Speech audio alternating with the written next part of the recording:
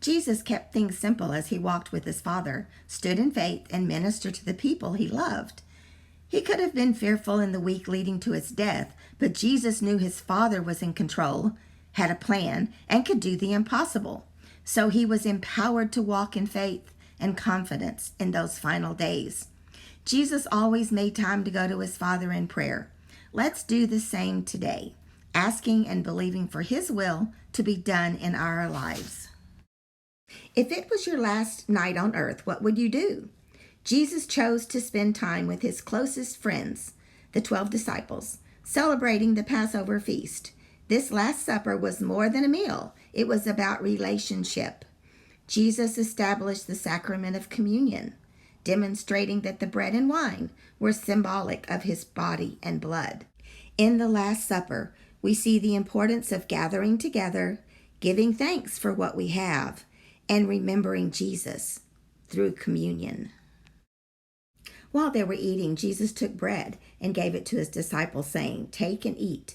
This is my body." Then he took a cup and gave it to them. "This is my blood of the covenant, which is poured out for many for the forgiveness of sins." Jesus was betrayed by Judas and arrested. What is the most difficult thing you've been through? "Crucify him," they shouted. "Why? What crime has he committed?"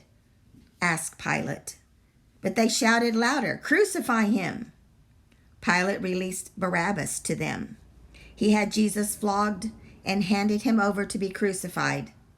The soldiers led Jesus away and put a purple robe on him, twisted together a crown of thorns, and set it on him. Although the mob shouted, there were people who stepped up to do what they could. Simon of Cyrene helped carry the cross. A centurion recognized Jesus as the Son of God. The women followed Jesus and ministered to him. Joseph of Arimathea cared for his body and placed him in a tomb. It was 9 a.m. when they crucified him.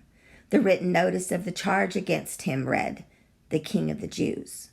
At noon, darkness came over the whole land until 3 p.m. At 3 p.m, Jesus cried in a loud voice, my God, why have you forsaken me?" "Go make the tomb as secure as you know how." So they went and made the tomb secure by putting a seal on the stone and posting a guard. At dawn on the first day, Mary Magdalene and the other Mary went to look at the tomb. The rest of the story? Sunday is coming.